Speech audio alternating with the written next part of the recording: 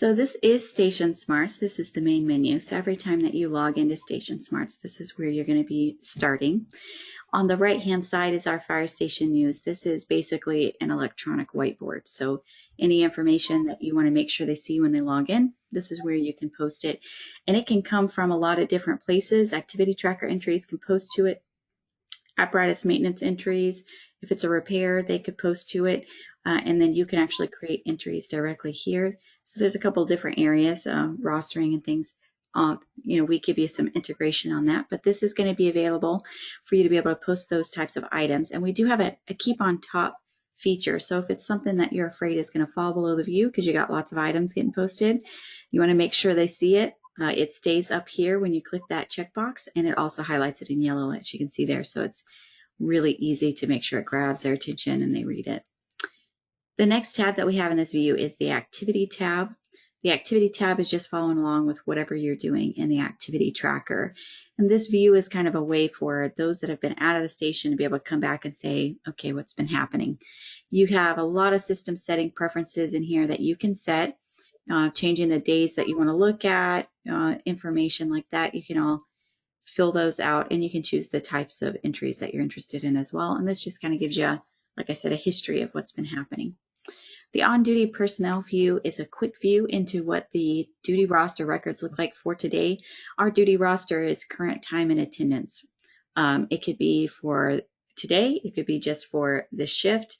If you have a split shift, half the day, half the night, or if it's separated in between, it could be just this part of the day. But we're showing you who's currently working on that time and attendance, however it's set up, who's currently working at this very moment. If you've got assignments in those roster records, then you'll see the assignments here as well. And we've got those called in reasons or certifications. So you've got more information if you need it. In the case of our waterfront towns, a lot of times they need to know those that are diver certified. So that's a good example of a certification that you may want right there in the view. Another example would be hazmat training or certification, items like that. The work details tab we're not going to be looking at. The opens runs tab is really useful for departments that have that CAD connection, as we were discussing, getting connected with IMC. The dispatcher would be essentially filling out the emergency response tickets that are going to happen in the activity tracker. We'll be taking a look at what that looks like. But the cool thing about this open runs tab is that as those runs are getting updated, they actually stay open until the dispatcher closes them, and you may be getting updates to the system, to the run throughout the course of the call. So as long as that call is open, it's going to stay in this view. So you can see here the calls that are currently open, what they are actually showing, dispatcher information, apparatus that's assigned, when it got started, what the number is. And then if it's got hydrant capability, or if there's a pre-plan for the address, there's some quick buttons that'll show up in there too. I don't have one currently set up, so we can't see that, but there's lots of quick buttons and helps and things, but it's mainly a view so you can see what's currently happening. Also on the main menu is our information console. This is kind of like a dashboard, essentially, that follows along with a couple of different areas in the system. The first tab is for inspections. So this kind of becomes a to-do list, essentially, for inspectors as they're doing our inspection forms. The second tab is our employee tab, which is going to follow along with certifications and driver's license information. This lets you look a certain number of days ahead, however many you're interested in, to see who's expiring. And you can filter this by the type of certification. So if you want to update all your CPRs, you can see who's expired or expiring soon. And then if you wanted to update a particular person, then you could pick that person's name and see all of their certifications, make sure everything's up to date. So it's a great way to follow up and make sure that all of those employee records are up to date. The next tab is our training tab, and this is going to follow along with training that has been scheduled. We actually have two aspects to our training. The other piece is in-service training, which doesn't get scheduled in advance. You just record it after the fact through the in-service sub-button here. So since those trainings are already done, you're already submitting them, they don't show up in this portal. This is just for items that are coming up. So it's kind of like a scheduling view for you to see what's coming and who's it's assigned to. The last piece here is the routes tab, and I don't have any visuals for you on this. I missed that part, but you can assign properties to these routes. And these properties will just be listed here, and it just acts as another to-do list for you. A lot of departments will use this for tracking where they are with their pre-fire planning or their yearly inspections. They can have it assigned to a group, person, or apparatus, and then they can work through those different property records and do the inspection that's required of them, or the pre-fire planning that's required. We also have the display panel from the main menu, and this is usable if you have, multiple screens. You want to have a sub-summary of what's happening in StationSMARTS out in view, then you can use this. It's a little bit too big for the GoToMeeting screen, so I'll have to move it around, but kind of gives you an idea. You can also use this for like a TV screen or a monitor in an area around the station. So as people are just walking around, they can keep up with what's happening in StationSMARTS. On the upper left-hand corner of this, we have our emergency responses that are currently happening today. So you can see the addresses that are set up there. This one is not completed yet. That's why it's green. There's no end time. And then the one here down below has the tracking number assigned, and it's ready for review, and the report's actually already done. This one doesn't have a tracking number yet because there's actually no apparatus assigned to it yet. So that's why it doesn't have a tracking number. Normally it would have one as well. In the duty roster records, they're going to show up here, and this is actually going to show you everything, all the changes, the people that are out, the people replacing them. You're going to see everything here. So it's not just an on-duty view like the main menu is. It's actually going to show you everything, the full roster. In the middle, we've got the fire station news. It's a much smaller version of it. If you're using this on a separate screen, you'll have the mouse, so you can scroll through here if you want to see all the entries. On a TV or monitor out in the station, there may not be mouse capability, so that's where that keep on top feature really comes in handy to make sure the important ones are in view on the dashboard. We also have the apparatus and box alarms that are out of service, so you can follow along with anything that's been placed out there. And then on the far right-hand side is the inspections and scheduled training. Very similar to what you saw in the information console. It's just available as an all-in-one view here. And you can change the date ranges on this piece. So it's not just looking at a single day. You can also have it looking at 2 days, 3 days, full week, whatever your date range is that you're interested in. A lot of departments will base that date range on the amount of activity that they have per day. That way they don't have to scroll through. So if you have a lot going on in a single day, you may want this to just be 1 day, but if you only have 2 or 3 in a week, then you might want it to be a week range. So that's something you can change in your system settings.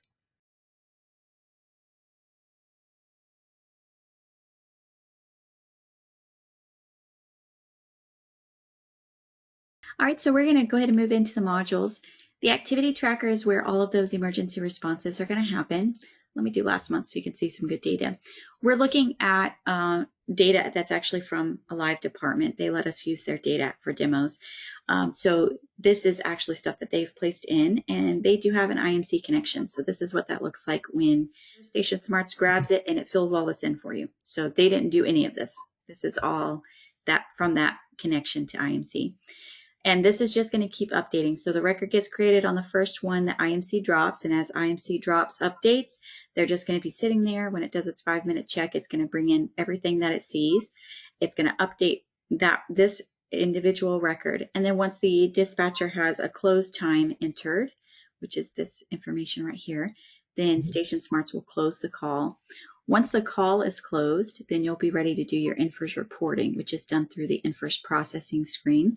So this is only for closed calls. The reason that we do that, when you start your NFIRS report, which is actually a separate form, so you can see here, this is the ticket that the dispatcher record creates, and then this is actually the NFIRS report that you guys would be filling out to submit to the state.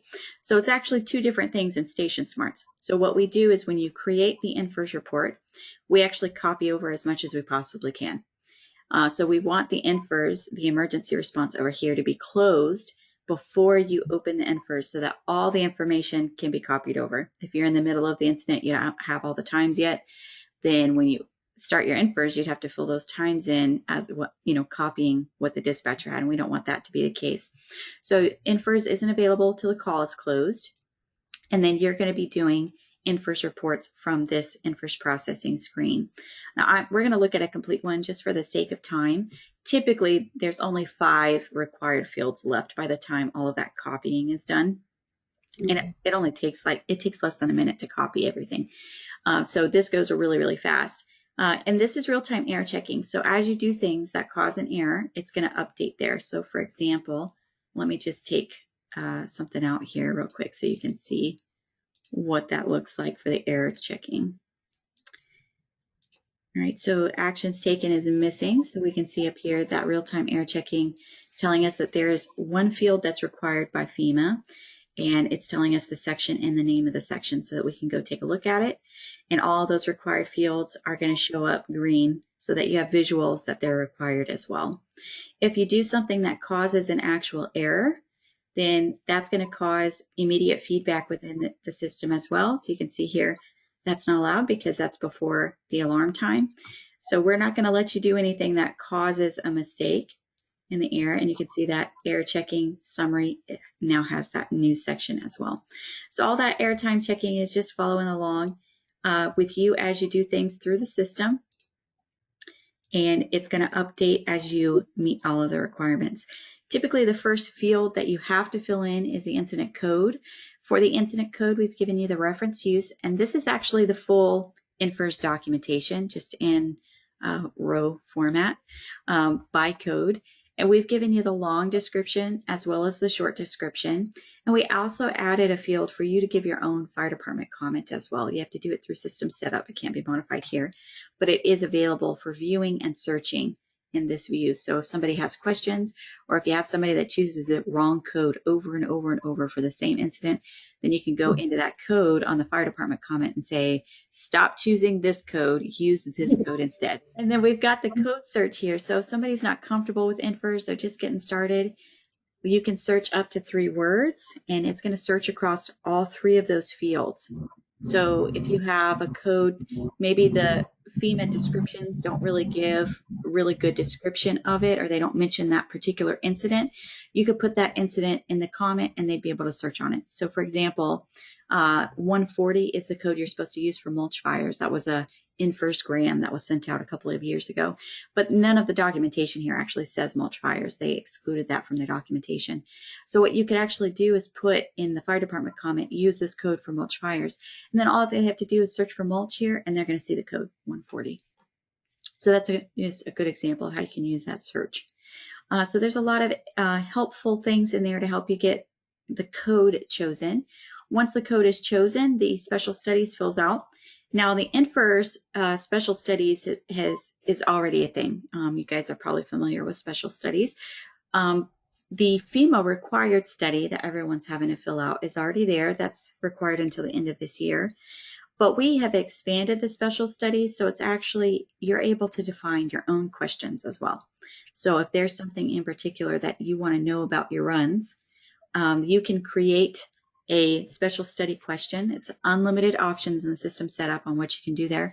You decide what the study's called, and that's what that study ID is, and you decide the values that they can pick from that. And then it's a real quick pick from the list, so they can answer them very quickly and move on.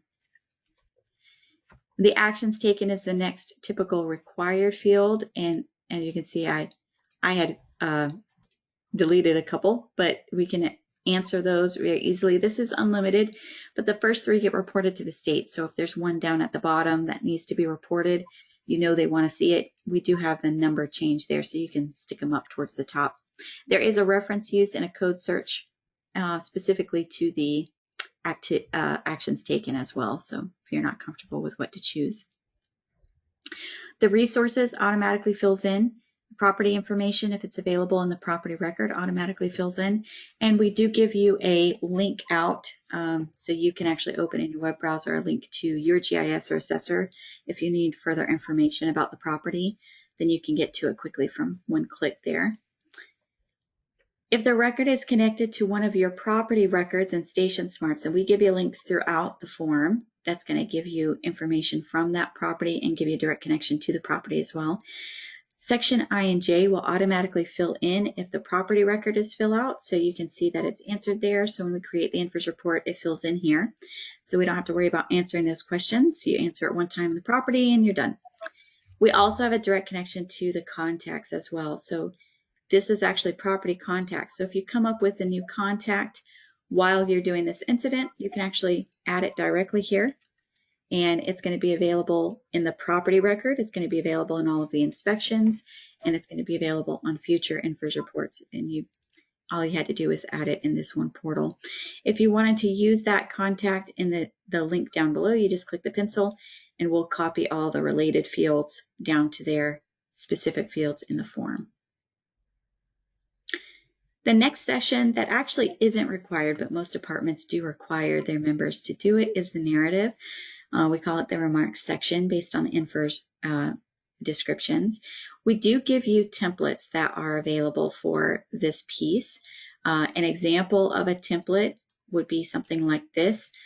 We could have essentially cue cards in the narrative for pieces of information that they need to provide.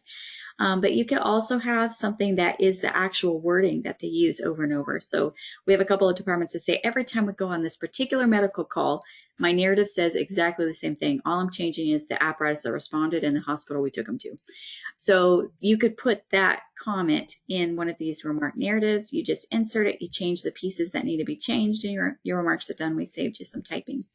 So a couple different ways that you can use it. And these remarks can be brought in automatically when you choose the incident code. So if we chose a structure fire code 111 or 113, then this would automatically copy into the remarks for us.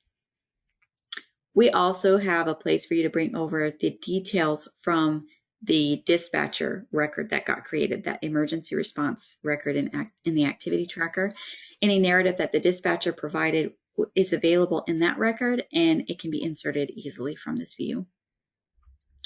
We also have supporting remarks. So this is kind of a step above on the narrative. If you have someone that's not writing the NFIRS report that needs to provide a remark, somebody witnessed something, or maybe the deputy responded, he wants to give his own version of accounts, you can have as many of those as you need to. The great thing about these is that they are personal to your department, so you can leave them internal. They're not public record unless you uncheck that box. And then you can uncheck the box, print it, and it will print on the public record PDF that we provide to you there. But as long as that's checked, it is private to the department. At the end of the form, we copy over all of the apparatus and personnel down here at the bottom, and we fill in as much as the authorizations as we can. Typically, the assignment information there as the shift commander is actually the piece that they have to answer, and the rest of it actually gets filled in depending on what's on the duty roster record and on other setup pieces. Once all of the forms that are required say complete, just like this, when they close the form, they're going to get the ready for review option, and they're going to choose the person that's going to be approving it. The approval process is not required. Once you get to this ready for review state where all questions are answered, there's no errors in the form, this piece here says complete, you actually are already meeting all of the state and federal requirements, and we're going to be able to send it to the state as is. You don't have to worry about that. But we do provide an approval process. So if you want to be a little more picky about making sure they choose the correct code, give you the right narrative, for your purposes, then that approval process is available. On this view, we have that little R that's letting you know remarks do exist. And once there are remarks, you can see the code they chose, actions taken, and all of the remarks that they gave, including the piece that was in those supporting remarks. So you can see all of that information in one place as well. In order to approve it, you can actually go straight to the form. We put the signature portion at the top as well. As long as you just click that report authorization, you're going to get the same piece. You don't even have to scroll through the form. And then you can choose your name to set whether it's approved or not. If it's approved, you just click continue, everything sets to approve, and you're done. If there are problems, you can say it's reviewed, but it needs action. Here are the problems. We can fill those in by the form that got filled out, the section, and giving a comment. And you can actually send out those comments to them, letting them know that their report was not actually good, and these are the pieces that they need to fix. And it'll go out to whatever their contact information is in StationSMARTS in their employee record. So this could be a text message or an email, and they're going to get notified of that information. You just click send, and they're going to see it. The great thing here too is that once it's set that way, when you open the form, it's going to automatically pop up for them as well. Now there are NFIRS controls on who can open forms, who can start forms. I am logged in as highest privileges set, so I can do a lot of things that most typical users aren't going to be able to do. But just so you know that that is available, it is going to control who can open those once they're approved or even in the ready for review state. We have 3 different privilege options. One is assign, which means you can change this name, which it can only happen if it's a brand new report. So let's see if I have a new one. Let's do this month. Yeah, so here, this report hasn't been started yet, so we could reassign this to someone else if we needed to. So that is one privilege set, the person that can change who it gets assigned to. The next is starting a form and being able to actually fill it out. So this is another privilege set. That would allow you to start the form and write it. But if the form is not assigned to you, then you can't open it. And if, actually, I think that's basically the privilege. Whether it's approved or not, if the form isn't assigned to you, you can't open it. We actually have right here on the main menu is the NFIRS status view. You can choose a date range, or if you leave the dates empty, it'll actually give you everything. And if you know there's someone in particular that is not completing, you can actually pick a particular person's name, and then it's only going to be their reports that are assigned to them. But then this is going to give you, it's going to be the list of everything. So you could run this at any time, and it's going to show you who it's been assigned to and what state it's in. And this is something you could send out department-wide to say, hey, check this report, make sure reports are done. You can also do notifications through a couple of different ways. So if there's a report in here that you know is not getting done, you could actually send out a notification to say, hey, write your report. You can determine what this date range is. So some departments say, well, because of their shifts, having them only see one day at a time doesn't really work, because then when they come in for their next shift in a week, there are reports that were at the end of the shift last week that they didn't finish, but now they don't see them because they're on a completely different week. So you have, a choice in the system settings. How wide do you want this range to be? And if they're staying caught up on their reports, then it's still going to be a very short list, no matter how big the range is. But you can also filter by person here, and there's a system setting that will let you set it as well. Actually, I think we do it automatically if they choose the NFIRS button here. So you can have this set up where basically it looks for their name, it looks for the date range that you guys want them to be responsible for. So it could be a full month. And it's going to show them everything not started, still in process. We could actually take out the ready for review. Reviewed needs action.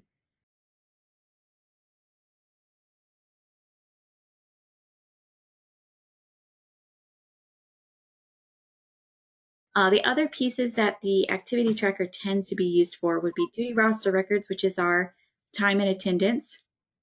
So here's an example of what that could look like. If you have everyone, I'm assuming you guys have on-duty crews going group by group.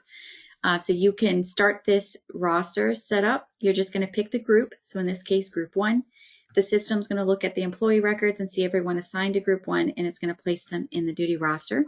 And then at the time, you can switch people out. So if you see that there's a change, somebody's taking the day off, you can make changes as you need to it. And then you can also assign to their particular apparatus. Here in the roster, you can also do assignments in the emergency response if you want to do it incident by incident, what they wrote on. Our duty roster records, they're not created ahead of time. So this would actually be created on a daily basis. And they would pick the group, and the group automatically fills in based on those reports. So this would be a daily thing that whoever is responsible for making sure that those are updated would create the roster for that day. Some of our duty crews actually will have the shift officer for the previous day before they leave creates the roster for the next day. You can create them out in the future as far as you want, but they're static. They don't update themselves. So we could create one for tomorrow just so that it's set up for that officer. And then we're just going to say the group that's supposed to be working tomorrow, and we click continue. The system grabs everyone that's in that group, sets it up, and then we close the roster and it's done. And then that shift officer can go through and make changes as people are taking time off or, whatever it is. then they can say, well, actually, Hero's not working that day. He's already told us that he's taking vacation time, and Joe Hansen said he's going to take his place. So this is going to be covering vacation time. And all these drop downs, you decide what these are. So if it's not terms you're used to or that you use, it's okay because you're going to decide what those are. And then we just click continue. It sets Hero out. It's going to add Johansson in, and your roster is up to date. And you can do the assignments on there as well. All right, so the only difference really in that is that we don't do an automatic roster. It's not automatically set up for you when you come into StationSMARTS, but you can see there it takes about 3 clicks, and less than a minute, and it does create that roster for you as you're doing that, and then you just make the changes. So it's not a lot of work to do that, and that's what all of our departments do for their time and attendance.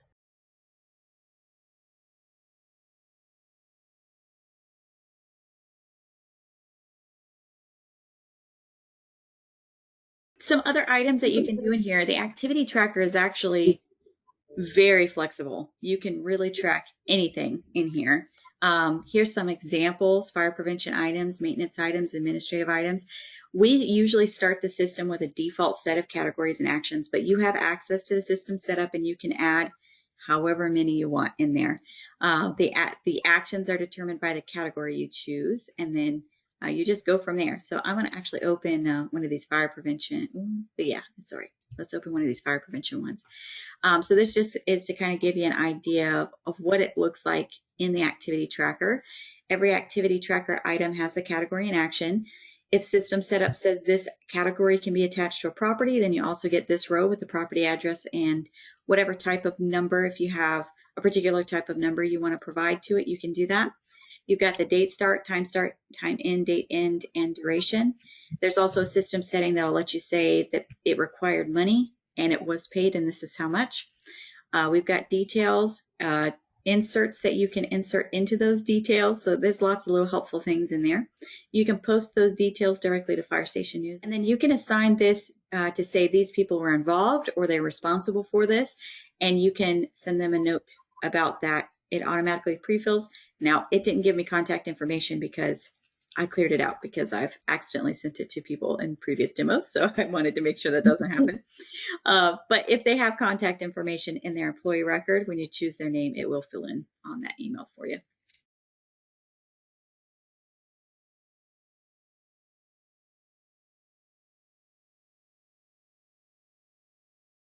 We're going to be taking a look at the Permit Processing tab in StationSMARTS.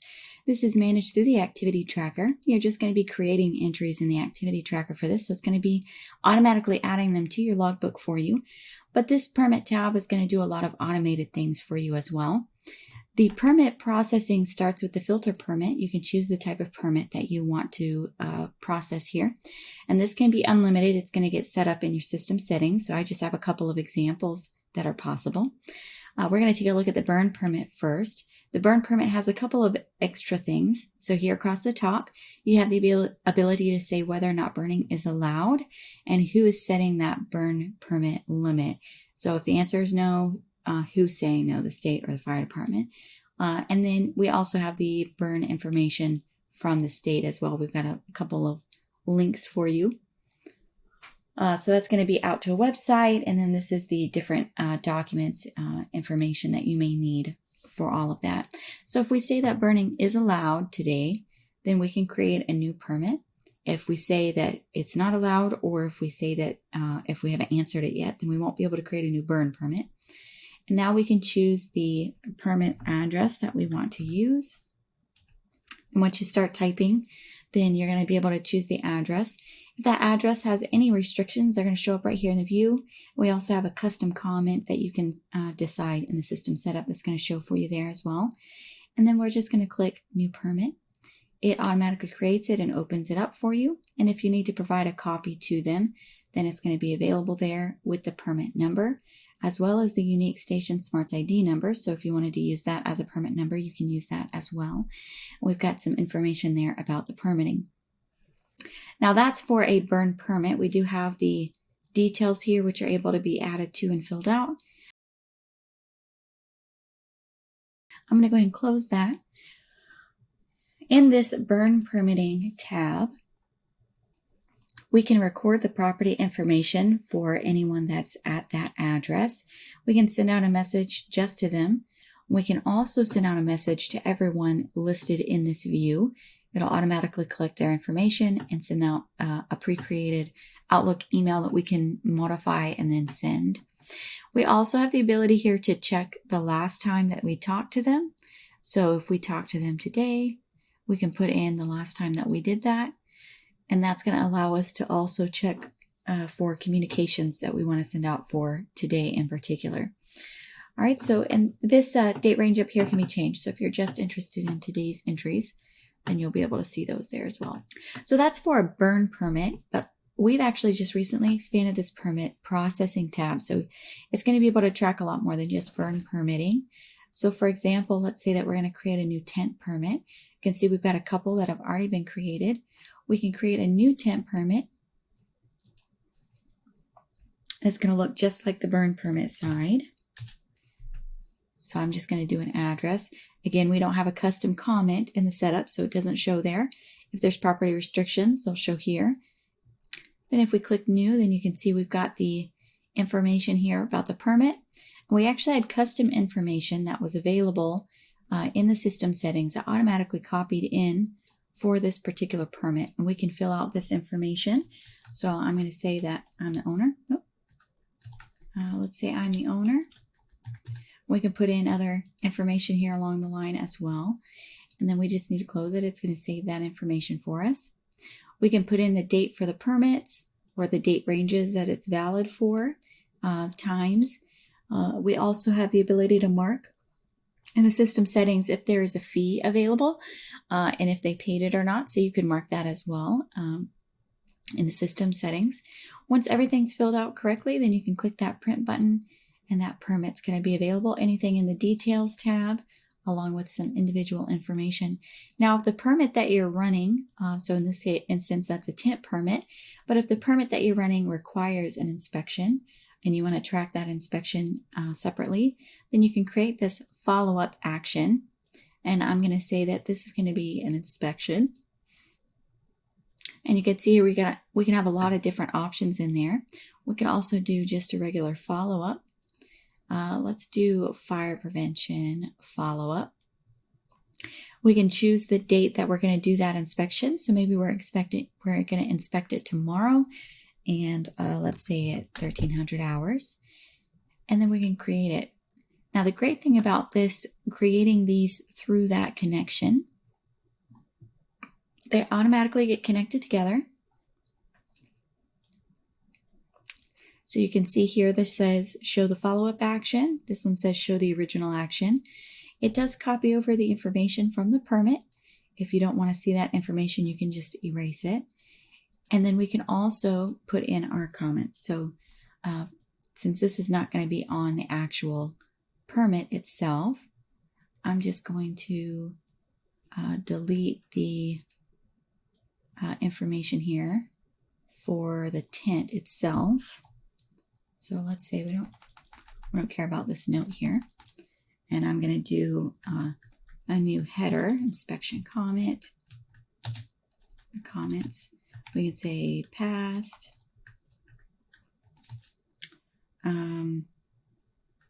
Approved certain candles or something like that. All right, so that would be available for you to put in your comments. And then, if you wanted to sign it, your name is going to be stored here as the last person that created it or modified it, but you can always sign your name. All right, so that's how you could create a permit and also create a follow-up action if you wanted to be able to follow along with those entries. This is unlimited. Again, the setup for the permit processing is unlimited, so you could have any permits here, and you can have any of them marked in with the inspection side as well.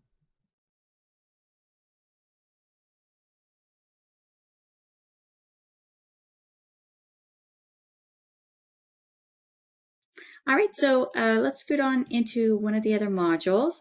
We're actually going to take a look at the inspections now, since we're kind of flowed into that anyway. The inspections are created through the property records, and you can go directly to a property straight from the main menu. You can just click show, go to the pre-plan, look at hydrants. You can do that from the main menu. But we also have, as I showed you, the information console, which basically works like a to-do list for inspections. So once they're created in the property record, they show up here. And then this kind of becomes the place that inspectors use, because typically the scheduling is done by an administrative assistant or clerk or something, you know, at a previous date. And then when you actually get to today, this is the list of inspections that you're actually going to be doing today. A couple of the inspections that we have available, these are actually all the ones that are available to you. The fire safety survey is the Massachusetts commercial inspection, the 304 liquor license inspection, and the 26F, 26F and a half.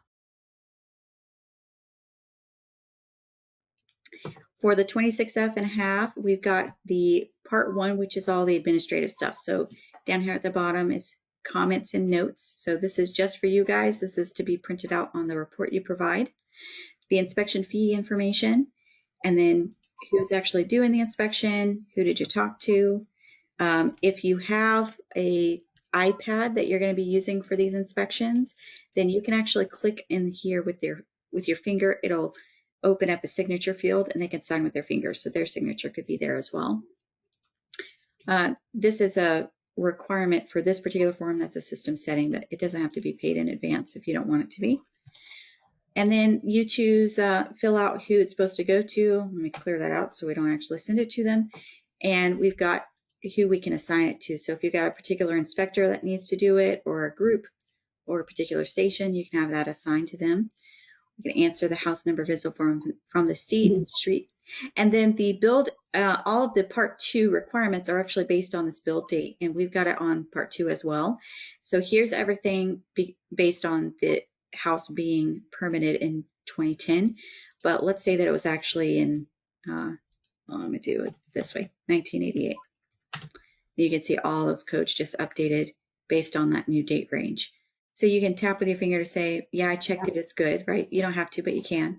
And then you check the box to say it failed that piece. As soon as you have a failure, we mark the status as failed. And we actually have an I right here that gives you the reference information. So they're not really sure, or if somebody's arguing with them, they've got the code right there at their fingertips. So the other tabs that we have up here, this is direct connection to property contacts. So any contacts for this property are going to show here. You can update them here, add to them, and anyone looking at the property record is going to see those changes. Same for the photos. So you can add photos here, and they're going to be available in the property itself. We also have the history tab. So every time it fails and you send out, you can add it to the history, or if you share a failure form with them, which, you know, every department's different in that aspect, whether they actually give a failure or not. When you share it, it's going to ask if you want to post it there, or you can go ahead and post it. When you share a form, you have the opportunity to save it as an electronic version or print it out, or you can do the email option.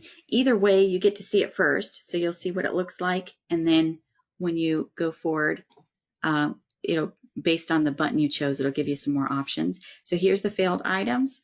We could put the inspector comments here to say, you know, move it from the, you run at the base of the stairs, yada, yada, yada, yada, yada. And then because I chose email, when I click continue, it'll verify my emails that I had in part 1, and it'll automatically attach what we were just looking at to the email. You can change the body to say whatever you want it to say. The emails that we confirmed will be in there automatically. So then you just click send when you're ready, and they're going to receive a copy. And then there it is asking if I want to place it in the history. And now we're keeping track of it failed. So who did we talk to? Who was the inspector? What did they fail? Why did they fail it? Right? So you've got all the pieces you need for the next inspector to come through and know exactly what was happening. All right, so the other forms that we have available are the commercial inspection and liquor license inspection. Both of these forms are basically the same as each other. The only difference is that this survey inspection is a lot longer, and it has a recommended correction option, whereas the liquor license is a strict pass-fail. We'll take a look at both of them, but it'll probably be pretty quick because they're very similar. Part 1 looks pretty much just like that 26F. The only difference is we don't have that payment information yet. That's going to be a part of our future update. But you have the same assignment emails, signatures, and it's kind of hidden below the view, but you do have both comment fields as well. So if you need to provide a note to a future inspector to, hey, watch out for this, they're going to try to pull this over on you, and you can do that. They're never going to see it. Yeah, it's only for the inspectors. And then part 2 is all those codes. So this is in the form of questions, and then you're going to answer whether it's a pass, fail, it needs correction, it was already corrected. This is basically a pass, but it just maintains that it was wrong in the first place. And then as you're marking those items, once you've got everything marked, then it's going to mark it as a pass or fail based on your answers. Again, you've got a place for all of that documentation to be there. If you guys have an NFPA code subscription, then you can have the PDF attached, but we do have the link automatically there as well, so you can go view the web version, which is free. And then we have the same connection to the contacts. So in this case, that property had contacts. We can add to them, update them if we need to. Property photos, so anything important that we need to know there, we can have those attached. We can see how many times it's failed in the past, who the inspector was, who they were talking to, and we can share that. And this is what that looks like when we share it. All the codes get listed. Code references in the background will also be posted. This department chooses just to have the code references. You can have the full wording from the code in there as well. They just preferred to have the code references only. And then all this wording changes based on system settings. So if it's a pass, it may say one thing. If it's a failure, it may say something. And we can change the name of the form if you don't like survey. Some of our departments say this makes it sound like they don't have to fix anything. You're just taking a look around. So we can change the name if you need it to say something different. And just like the other form, we can have it emailed out. It automatically gets attached. We change the body, send it out to whoever we confirmed the email address was. The liquor license inspection, as I said, is very similar. Part 1 looks exactly the same. Part 2 is just a little bit shorter, and as I said, it's a strict pass-fail, so it's just yes or no, not applicable, not required. We've got some dates and things, crowd manager, some attachments and things that are going to be selected there. And then in the case of a pass or a failure, it's going to show. Now, you guys already saw the failure, so let me show you what a pass looks like. Okay, so everything is a pass. And we've got that same document, contacts, photos, everything we had for the other forms. And then here's an example passing.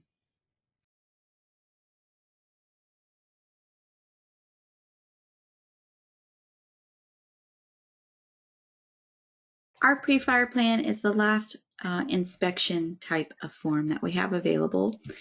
This is for pre-fire planning for your commercial properties. Part 1 and Part 2, the property and occupancy, those are both the pieces that are summarized for the alert text. So anything you put in these fields is going to show up in that alert text for them. And a lot of these fields are common to the property module as well. If you update it here, it updates there, and vice versa. You don't have to worry about keeping both places up to date. It's just in the pre-fire plan form as well, so that you can do everything in one place if you need to. Lots of locations for different things. And then if we go to the occupancy form, we've got construction types, access locations for electrical services, gas shutoff, hazardous materials. And then if you have multi-story buildings, where are the stairways, escalators, elevators in the building, along with their controls if you need to know controls on it. The NFF tab is for the fire flow. It helps you to calculate the gallons per minute if you'd like to do that using the Iowa State University formula. It also gives you a place to describe the exposure description for each side. The fire tab is going to give you a place for anticipated problems, general comments, and specific water supply locations. So if you want them to choose a particular water supply, you can place it there for easy access. The sketches is unlimited. So if you've got a floor plan for per floor, per building, multiple for a single location, go ahead and stick them all in there. They're all available. Direct contacts and properties and documents links, so you don't have to worry about going to the property module to have access to those. And then we also have a web link. This is basically a web browser within the pre-fire plan form, so you can go to your assessor or GIS system and look up the property, get the information you need, and fill it in elsewhere.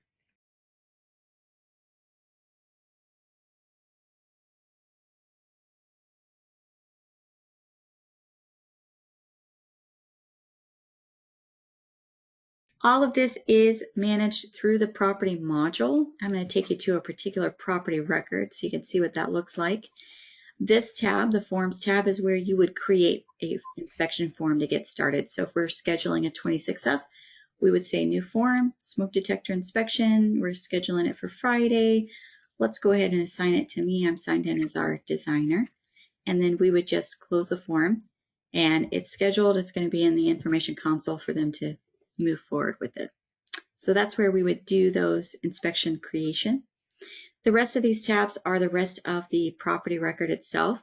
You can have one property represent an entire location and then have multiple records for each unit or for each business, and those can be grouped together. In that case, in the profile, you'd be able to see all of the properties that are grouped together, and you could also see multiple contacts, multiple photos and things. There's a couple of different places where you can see that group interaction. The critical tab is really for residential properties, but it can be used for a lot of things. This critical information is also summarized in that alert text. This is a great place for recording for residential properties if their driveway is too small for the apparatus, solar panels on the roof, oxygen in the house. There's a pond in the back that you could use for water, but it's not easy to see. Anything you can think of that you want to know ahead of time, that's a great place to put it. Departments also tracked COVID-related properties through this portal. They would change the risk level to say this is a COVID positive location. It was confirmed by the health department on this particular day. And then when it got cleared, then they would say, cleared by the health department. They were cleared tomorrow COVID, and we can just change that back to it's no longer a COVID location. So a lot of departments tracked COVID issues through there. The profile tab we kind of took a sneak peek at before. It's a lot of different pieces that we've already seen in the Prefire plan. It's available here in the property as well. Contacts that we've been seeing a lot of different places. This is that main location for them. If you change them here, they'll change everywhere else. If you change them everywhere else, they'll be changed here. So again, that's a shared location for contacts. The activity tracker tab is going to follow along with all entries creating the activity tracker. If you connect them to a property, then they show up here for that property. And this is a button. So if you want to see it in more detail, you just click it right there. It'll open it directly up. So this is that activity entry in particular. Photos and documents, again, they're unlimited. They have some weird pictures they posted there, but here's some good ones. So there's unlimited photos, unlimited documents. PDF documents are viewable within StationSMARTS. Well, they actually attached that one incorrectly. That one's upside down, but there you go.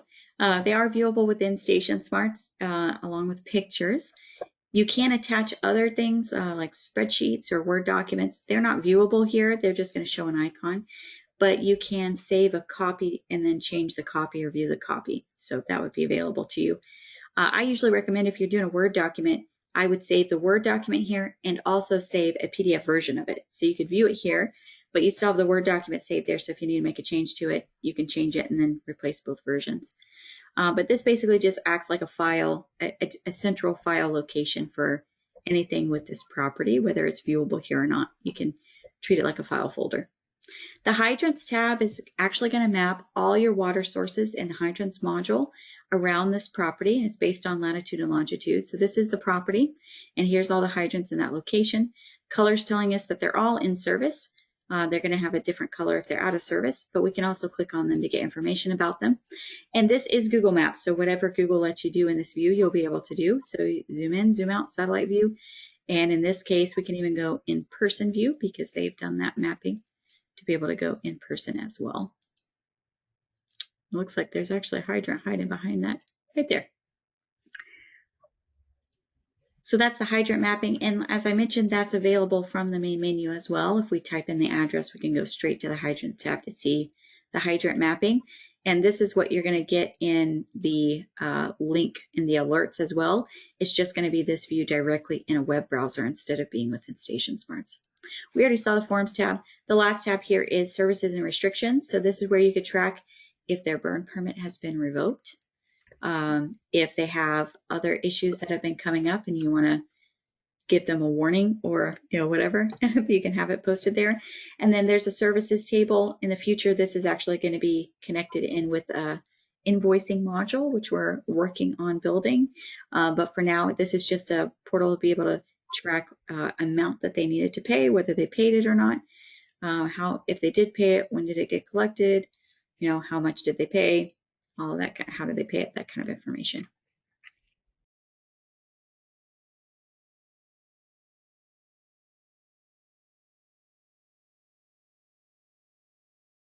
All right, so let's move on. The next module is our apparatus. We do provide you with an apparatus list. So this is all your responding apparatus, anything you're going to be using as the fire department. The specifications tab is all the individual pieces about the apparatus that's on the stickers throughout the apparatus. Instead of going to check the sticker for the tire pressure again, you can have it over here instead. Or, whatever, the fuel filter type, the pump size, all of it, it's all available in here. We actually had mechanics with our different departments tell us what they needed in this view. So this is pretty extensive. We've also given you a place for the sales order numbers. So when you contact the manufacturer, you've got that right at your fingertips as well. The maintenance activity is a filtered view to all the repairs you've had for that apparatus. You can do some searches there. You can show these activities directly from this view if you want some more information on it. And we have a document attachment. I don't recommend repairs here. There's a lot of documents here because they kind of attach everything. But you could do warranty information, registration, anything for the apparatus as a whole that isn't repair specific. All of these activity entries get their own storage. So storing PDFs, invoices, receipts, anything you get, pictures, those I recommend having posted directly with the repair. On the main menu, we give you an easy button to be able to post a repair for an apparatus. So I would say the apparatus that needs to be repaired, let's say that the headlight is out. You can see we need a problem description in order to continue. Once we have it there, we can click the continue button. It creates it in the activity tracker for us. And as the person requesting the repair, it's a request. We've got our description and who requested it. We can set the apparatus out of service if they're not able to use it as it is. Otherwise, we're just going to close it and it's ready for the person that needs to work with it. I am logged in as a mechanic, so it didn't send out a notification because I don't need to notify myself. But if the person that's doing that request is not a mechanic, then it's also going to send out a notification to the mechanic for them as well. The maintenance list is the place to be able to go see all those repairs in a list view from this month up to today, but you can choose any date range that you're interested in. So we just automatically set it for a month, hoping that apparatus repairs aren't going to go longer than a month, hopefully. But then you've got your apparatus list here, so we can see the requests, whether they're open, requested, or closed. Here's a request that we just created.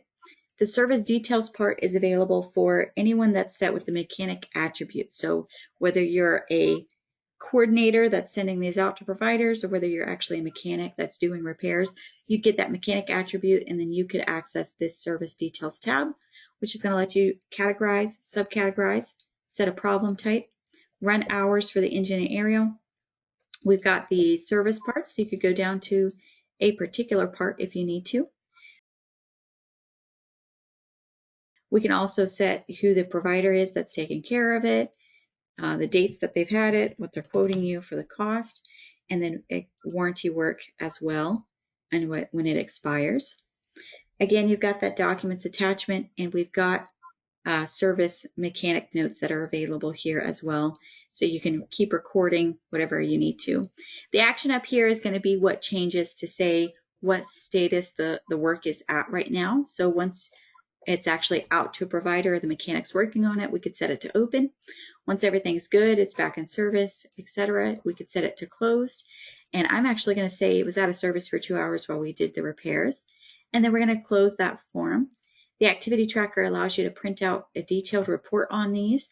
It's going to sub-summary based on the VIN number. So even if the apparatus changed its name over the period that this date range is set, it's going to be subtotaled with every other item with the same VIN number. So you don't have to worry about that part.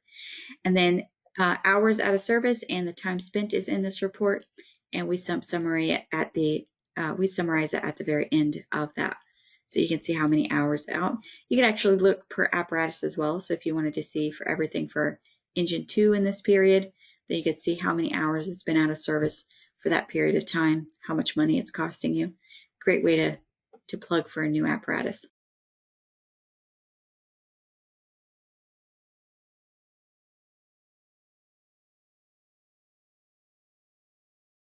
On the main menu, we also have those hydrants and boxes. Okay, so we're in the hydrant module. We've got the list view of all your hydrants with the latitude and longitude. You can track the last time they were inspected and work through the inspection that they need to have done. Once you choose one of those hydrants, the profile view gives you details about the hydrant.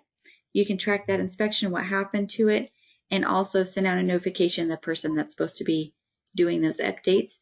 The directory on the main menu actually holds this information, so they don't even have to know who it is they have to contact. They just pick it from the list, send an email, and they're going to get to know that it needs to be corrected.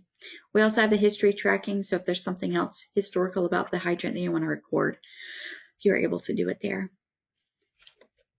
The photos and documents tabs are also available, so you can attach photos of the hydrant or documents. Most of our departments don't use the documents tab, but it's there in case you find a use for it.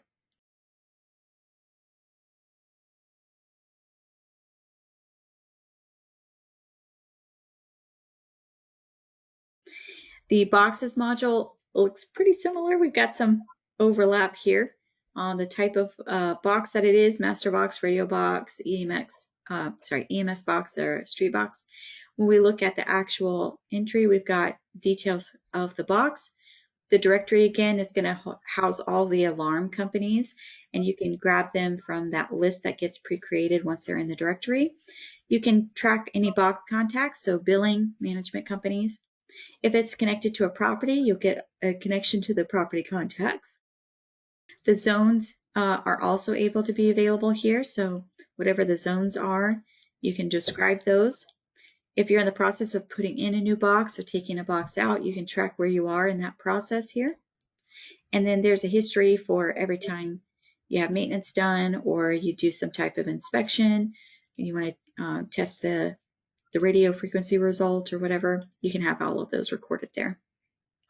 And again, unlimited photos, unlimited documents for those boxes, so whatever you need to have available for the box module.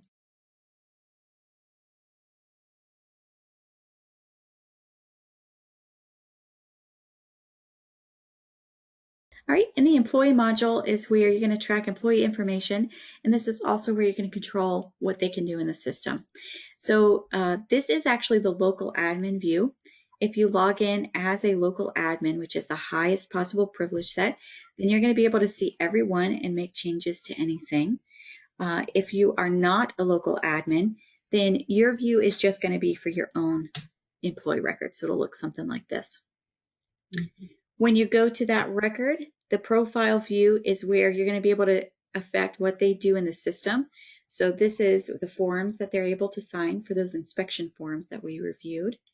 The NFIRS report, what can they do on the NFIRS? Are they able to just assign it to someone? Can they actually write a report? Or is it the highest privilege of being able to approve them and open anything? We also have the authorizations, which allows you to control the functions in the system. So can they create duty roster records, delete them? Can they do things in the training module, system setup, work details, or even the equipment module? The view over here is actually what the employee can change, so they can update their own contact information, addresses, emergency contacts. The private tab is where we can put in their driver's license information and signatures for those inspection forms. This is also where you're going to control passwords and things, so you can reset their password for them if they need to. They can change it if they want to. We've got clothing expenses, and the equipment module actually allows you to assign to a person now. So this popover is going to be the replacement for this portal in the future. You're going to actually be assigning it to a person, and then here you'll be able to see what was assigned to them. But the assignment will actually be done in the equipment module. The training tab, this is available for you for all of the training. So as I mentioned, training has a couple of aspects to it, but it doesn't matter how you record your training. In the end, all training gets finalized, and that finalized training gets posted here to the training tab. And this is where you would print the final records. So if you need to provide a proof of training for something, or if you need to provide ISO training reports, you would do it from this portal. They can also record any type of training that they've done on their own in the employee-initiated training. Certs and dates we saw in the information console that you can follow along with certifications that are going to be expiring. This is actually where you record them. You can put in when you received it, when it expires, what their number was, what the level is, and you can post a certificate of completion or a picture front and back of a card. And then the dated items tracking on the right-hand side, this is allowing you to track promotions, military leave, really anything date related that you're interested in. You can have that recorded in there. The medical injury tab, they can add something here if they need to. The right-hand side is NFIRS focus. So if you filled out an NFIRS 5 prior casualty form because of an injury, it's automatically going to post in this portal under their name. And then if you had a special study that tracks a hazardous exposure, it wasn't an injury, but they might have been exposed to some type of hazard, then that will be posted here. So that kind of gives you an update automatically based on the NFIRS. But the left-hand side is just a portal view, and this can be managed in the system setup as well. So it's really unlimited. A lot of departments actually tracked COVID with their members through this portal. Members that got COVID, that were quarantined, family COVID, things like that. And then the documents is available for you to be able to post anything. The employee themselves is able to see everything in all of these tabs. We are working on defining an admin only tab, which would be available for you to be able to post discipline actions, comments, commendations, anything like that. And it wouldn't be viewable to the employee unless you want it to be. And anyone can, you'd be able to control who can post to it, who sees it, that kind of stuff. So that's coming in the future. But currently the employee sees everything here.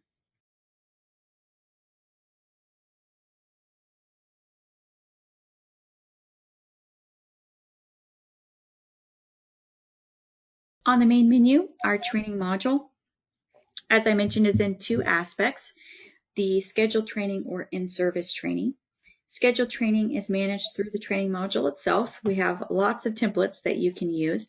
This is not curriculum, it's just for record keeping. So it's just for you to be able to categorize how the training looks, what types of buckets it falls into, what standards it meets, just a place for you to be able to record all of that information.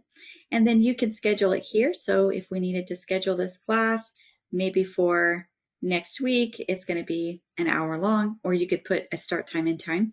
We can also assign it to a particular group, or maybe all the EMTs have to take it. Then anyone with that EMT title is able to be grabbed as well. And then once we've filled out all the required pieces, we just close it. And it's going to be available in the information console. We're able to see that training, that it's been assigned to particular people and when it's scheduled for. We can open it from here. Once everything's done, we just insert it into the employee records. That finalizes it right there. And it's going to go to that training tab that we saw in the employee record as the final view. In the main menu, we've got that in service. So for training that you don't schedule ahead of time, they just know they need to do it. And so when they get it done, they can post it through the in service. A lot of departments will either make this their go-to, this is what they use all the time, or they'll make this the captain specific way of posting. So the training officer kind of uses the training module, and then the captains will post whatever they did on the side through this feature. It really is up to the department how you do it. Every department is a hodgepodge on how they use these features. For the in-service, we've got two options here. We can say it's standards-based, which is going to pick from the training module, and you can control what shows up from the training module in this list. Or you can say it's general, which means it's not related to anything standards-based or anything. You just want to say that you did it, and then you could pick from that. The difference here is that this is actually maintained through the activity tracker, and that's where, again, it doesn't matter how you record it, because in the end, everything's going to get finalized to the employee record, and that's where you're printing your actual report from.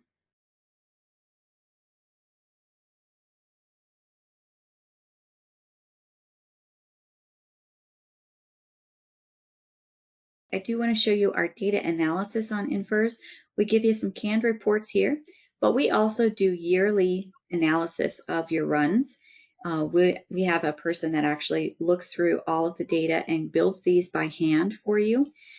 We start every department with the default set, but if there are particular charts that you don't use, we can take them out, replace them with ones that you want to see instead, and that becomes your new default set for the future years. There's lots of different ones in here, but just some key ones that I think are interesting. We've got charts that will separate by the series, by the day, by the hour. Let me see if I can find, here we go. So here's a really cool one. The darker the red, the more runs you have at that day and time. The lighter the yellow, the less runs you have. So it's a really good visual of when everything is happening. We've also got analysis of your response times. If you have turnout time, we'll also give you analysis of your turnout times. We'll break down by groups if that's a thing that you guys are curious about. Break down by aid, mutual aid, aid given and received. We'll break down responses of your different apparatus. We also will do, I wanted to show, well, maybe it's further down. We also will do concurrent reporting. So if you have a problem with runs happening frequently at the same time, I think I skipped it. It's over here somewhere. There it is. I did skip it. So if you're wanting to check on how many runs are happening at once, then this will give you a view into how many runs have been happening. We actually have further data as well. So you can see here about almost 2% of the time, it's actually 3 calls that are happening because there was 1 call already going and 2 calls started while that call was going. We'll also break down fire prevention stuff, personnel, training, really anything that you have data for in StationSMARTS, we'll give you graphs for. And then if you have specific graphs you're looking for, we can provide those as well. Another option that we give is for mapping where those runs are happening and what types of runs they are. So you can see over here what those symbols mean. And this just gives you a view into where all of them are happening. And like I said, there's the training. And if you have specific graphs that you need for, a yearly report to the town or something like that, you can have those available as their own reports. And we have all kinds of different ones that are available. The great thing about these is that they are actually hosted via a web service called Infogram. So you can share these with anyone via that web link, and it's going to be available to them to be able to view that entire web view. So you'd see that's what it looks like in the web browser. In this web browser, you can download it as a PDF. You can share the link to others. So there's that unique link just for this graph. And you can also embed it into your website. So if you wanted to provide it to whoever manages the website and have that available, they'd be able to see that straight from your website from that code. It also has a PowerPoint presentation style where you can also go into presenter mode there. So if you wanted to open it on a laptop, take it into a meeting, go into presenter mode, you can use the graphs as a part of your presentation easily. If there's any specific NFIRS information that we don't have a graph for, but you're interested in tracking it more frequently than yearly, or you wanted to create it to kind of show us what you're looking for, we do have the raw data export. So at any time you can get data out of your NFIRS reports and create your own graphs. It's available to you. Your data is your data from StationSMARTS. We don't hold on to your data for any reason. If you request it at any time, we'll provide it to you. And I will help you create reports that you may need. So that's one of the things that I'm here for.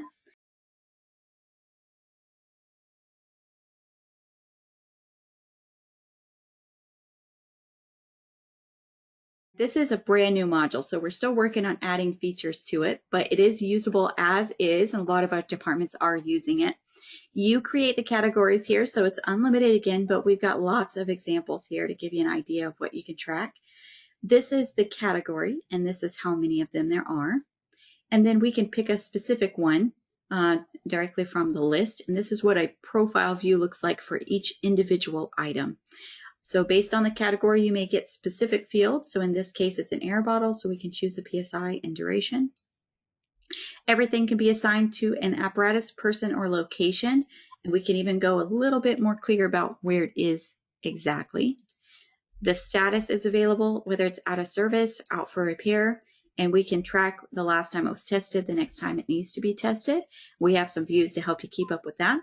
Across the middle, we've got some numbers. So whether it's got a serial number, a fire department number, asset tag number, you can record all of those. And there is some barcode scanning capability with the iPad specifically. It will actually use the camera to scan barcodes, so you can use that capability. And then there's cost, funding, service, expiration, all that stuff. We do go a step further than barcodes, though. We use QR codes. We can create the QR code directly within StationSMARTS. And there's actually a place. So once that QR code has been placed on the device, then you can scan that and you're going to get a web view of this layout. It gives you the details for the item up at the top. You can create a repair for it here in the view. So let's say something is broken, we need to get it repaired. It's going to create it in the activity tracker in StationSMARTS, and it's also going to show up in the portals here so we can see what that is. And then if there is a particular website training about how to calibrate it, how to use it, how to fix it, you can have those links, up to 3 links available over here.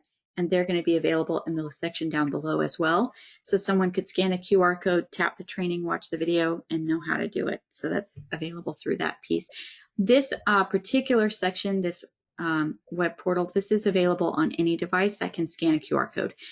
So it doesn't have to be able to run FileMaker. It can be Android, it could be Windows-based, it could be Chrome, Chrome tablet or whatever it is. It's all going to be available as long as it can scan a QR code, then you'll be able to get to this view. From the main list here, we also have the inventory search. So this is going to allow you to search a couple different ways throughout the equipment module. So we could see everything assigned to a particular apparatus, assigned to a particular person, assigned to a storage location, looking at particular inventory items. So if we want to see all the air bottles, all the boots, all the coats, we can see those. The status items, so this is letting us see everything that's in service, out of service, out for repair. The test date is the view that will let you see what's currently in need of testing. And there is some system setting to decide the visuals for what the colors look like to grab your attention. Well, this one's definitely ready. It's over past due. So you can have that be red instead of blue if you wanted it to be. We've got the expiration date. So this is for funding planning, essentially. If you wanted to see everything that you're going to have to replace over the next budget year, you'd have that date range. And this is everything that's going to be needing to be replaced. We have end of life, so you can see items that have been thrown away. And then the last piece here is for funding. You can see everything that was purchased with a particular grant. So if they come back saying, hey, where are all these items? How are you using them? You can see them here in this view. And speaking of funding, we have the funding tracker, which allows you to track each of those funding sources. You can attach documents for it, the amount of money you used, and when it started and ended. The checkbox here is what allows it to be used in the equipment module. But if you leave it unchecked, this is basically just a place for tracking your funding. So it can be used for funding sources in general, not just for the equipment.